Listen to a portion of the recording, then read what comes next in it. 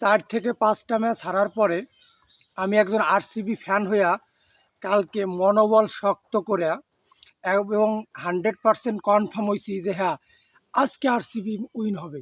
কারণ তখন টস হয়ে গেছে, টসে যখন দেখছে আরসিবি টস উইন হয়েছে, তার মানে কি ব্যাটিং পিচ মাঠ, আরও আরসিবির মাঠটা এমনিতেই ছোট, মোটামুটি 4-6 বন্যা বয়ে যায়। যেহেতু টসে জিতছে অবভিয়াসলি বলিং ফার্স্ট নিবে, ওরা একটা টার্গেট দিবে 220-30-এর, আরসিবি আরামসে ম্যাচটা জিতে যাবে।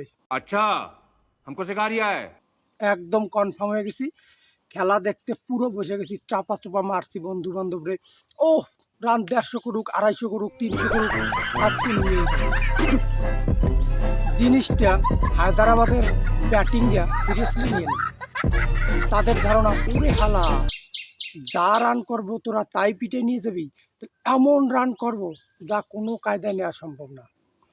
ভাই কি বলবো, হায়দ্রাবাদের ব্যাটিংগুলো আরসিবির বলিংগুলারে এমন পিটাইছে, এমন মারছে যে লুঙ্গি কাঁচা গামছা সব খুলে গেছে, এবং এত মারছে যার জন্য মানবাধিকার লঙ্ঘন করছে হায়দ্রাবাদের ব্যাটিংরা।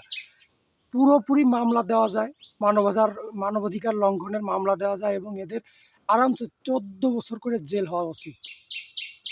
এই হেডের ক্লাসেনের আব্দুল সামাদের, ভাই কি বলবো, আব্দুল সামাদ যখন ব্যাটে আসলো কইছি যে আর কাজ হবে না, রান হবে না, আব্দুল সামাদও কোন সামাদ দিয়ে কোন বল খেলাবে।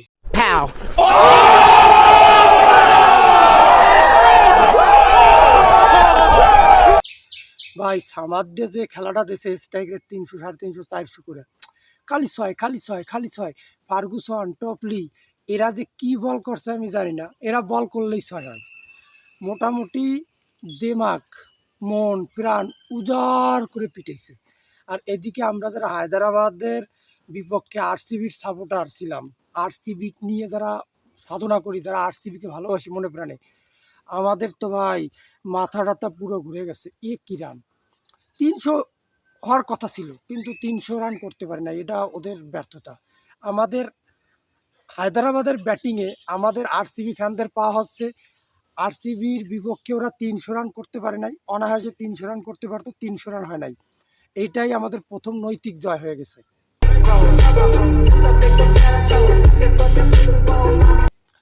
এরপরে যখন আরসিবি ব্যাটে নামলো, আরসিবি ম্যাচ জিততে পারবে না এটা তো কনফার্ম, কিন্তু আরসিবি একটা ভালো খেলা দেবে এটা আমরা শিওর ছিলাম। আরসিবি কিন্তু খারাপ খেলে নাই, পাওয়ার প্লেতে 79 রান করে ফেলাইছিল 0 উইকেটে।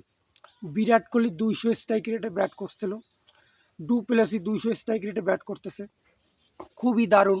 কিন্তু আরসিবির একটা ভাই চিরচরিত একটা নিয়ম আছে, বিরাট কোহলি আউট মানে আরসিবি দলের 4-5টা উইকেট এমনিতেই পড়ে যাবে হাওয়ার মতো। ঠিক তাই হলো, বিরাট কোহলি আউট হলো। উইল জ্যাক যে ম্যাক্সওয়েলের পরিবর্তে এসে খুবই ভালো ব্যাটসম্যান, তার সে যে কোয়ালিটির ব্যাটসম্যান সেই কোয়ালিটির পিচই ছিল। ধারণা করছি যে উইল জ্যাক যে আজকে কী পিটবে, মাঠে বল থাকবে না, বল সব মাঠের বাইরে চলে যাবে। ভাই এমন আউট হয়েছে মানে বলে না আরসিবি চোকা কপালে ভাই নাই, এত সুন্দর কপাল আরসিবির যে তাও উনাত কাটের মতো একটা বলার বল করছে, যার বল তো 4-6 হয়, আরামসে হয়ে যায়, পিটানো লাগে না, তার হাতে লাগিয়া স্টাম্প ভেঙে গেছে, ওদারে আউট হয়ে গেছে কিনা উইল যায়। খেলার মোড় ওইখানেই মাজা ভেঙে গেছে আরসিবির। এরপরে তো মনে হয়েছিল 200 করতে পারবে না, 200 রান করতে পারলে আমি ভাবতেছি আরসিবির একজন ফ্যান হয়ে আছে, 200 রান যদি কোনো কায়দায় করে তাহলে বলবো যে 200 রান তো করছি, বাল ঠকছি। কিন্তু এরপরে ডুপ্লেসি একটু ভালো করছে, ডুপ্লেসি আউট। এরপরে মহিপাল লোমর আইছে, প্রথমেই এলপি হয়েছিল, যাই হোক বাঁচিয়ে গেছে, মনে প্রাণে আম্পায়ার দিছিল না, রিভিউতে বাল বাঁচিয়ে গেছে, কিন্তু সেও কিছু করতে পারে নাই। কিন্তু ভাই 38 বছরের কচি খোকা, জাতীয় দল থেকে অবসর নিয়েছে 4-5 বছর হয়ে গেছে, সেই দীনেশ কার্তিক কি খেলাটা দেশে ভাই। আরসিবি হারে গেছে, দুঃখ কষ্ট বেদনা শোক সব ভুলে গেছি, শুধু একটাই পাওয়া, দীনেশ কার্তিক কি খেলছে ভাই, ঘুরে মারছে, পিছনে মারছে, সামনে মারছে, অফে মারছে, লেগে মারছে, এমন কোনো সাইড নাই যে দিনেশ কার্তিক 4-6 মারে। অসম্ভব ভালো ফিনিশার, একটা 6 নম্বরে একটা উইকেট কিপার ব্যাটসম্যান যে রিসেন্ট ক্রিকেট খেলার ভিতর নাই, জাতীয় দল থেকে বাইরা, যে অলরেডি ধারাভাষ্যকার, এবারের ওয়ার্ল্ড কাপে যে ধারাভাষ্যকার দিচ্ছে, সেই দিনেশ কার্তিক এত নিখুঁত ব্যাটিং করছে, সেঞ্চুরি পেয়ে যাইতো, শেষ টাইমার থাকলে সেঞ্চুরি পাইতো, কিন্তু দুর্ভাগ্যক্রমে আউট হয়ে গেছে। আউট হবেই, তখন সবাই মারতে চায়। ওভারে 20-25 রান লাগবে, যেখানে 100 রানে হারবে সেইখানে মাত্র 25 রানে হারছে। তার মানে কি, মাঝে প্যাট কামিন্সের 2টা ওভারে, 1টা ওভারে 1 রান হয়েছে, 1টা ওভারে 5 রান হয়েছে, আর একটা বলার বল করছিল তার ওভারে 3 রান হয়েছে। যখন পরস্পর 4টে-5টা উইকেট পড়ে গেল, তখন ওই ওভারগুলোতে যদি 10টা রান করে, তাহলে দিনেশ কার্তিক ম্যাচটা আরামসে বের করে দেয়। 287 রানের টার্গেট, যেটা একটা ওয়ান ডে টার্গেট, যেটা টি-20তে কল্পনার বাইরে, তাই চেস করে 262-63 রান করে ফেলছিল। নিঃসন্দেহে অনেক ভালো ব্যাট করছে, এবং বিশেষ করে দিনেশ কার্তিক, যার প্রশংসা যত করব তত শেষ হবে। যত দুঃখ কষ্ট পাইছিলাম, দিনেশ কার্তিক সব ঘুষাই দিছে।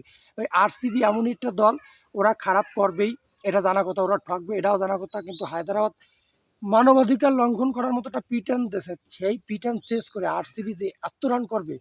আর দিনেশ কার্তিককে আমি কোনোদিনই ভালো প্লেয়ার হিসেবে মনে করতাম না, কিন্তু কালকে বুঝলাম দিনেশ কার্তিক অরিজিনালি একটা ভালো প্লেয়ার।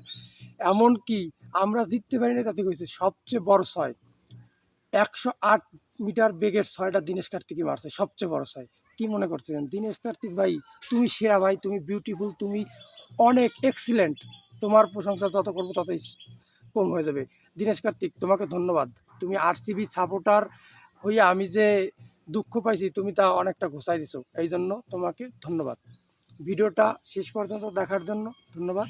চ্যানেলে নতুন হয়ে থাকলে অবশ্যই সাবস্ক্রাইব করবেন, বেল নোটিফিকেশনটা অল করবেন। দেখা হবে নেক্সট কোনো ভিডিওতে।